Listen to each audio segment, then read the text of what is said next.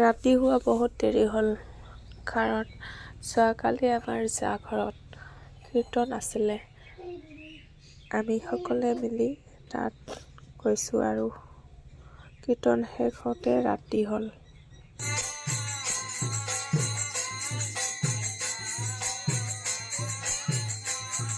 এফালে প্ৰসাদৰ বাবে যোগাৰ কৰি আছিলে আৰু আনফালে কীৰ্তন চলি আছিলে। ভিডিঅ'টো প্ৰথম অৱস্থাত কৰা হ'ল আৰু শেষত বহুত মানুহ হ'ল বাবে ভিডিঅ' কৰা নহ'ল। ইফালে লাবৰা তুলি দিয়া হৈছে। কাৰ কাৰ প্ৰিয় বাৰু খিচৰি লাবৰা, আৰু আনফালে চলিয়ে আছে, শুনকচোন।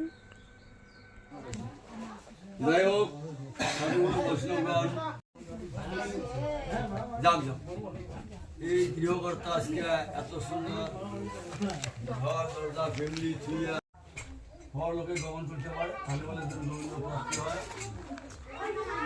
এই উপদেশটা আজকে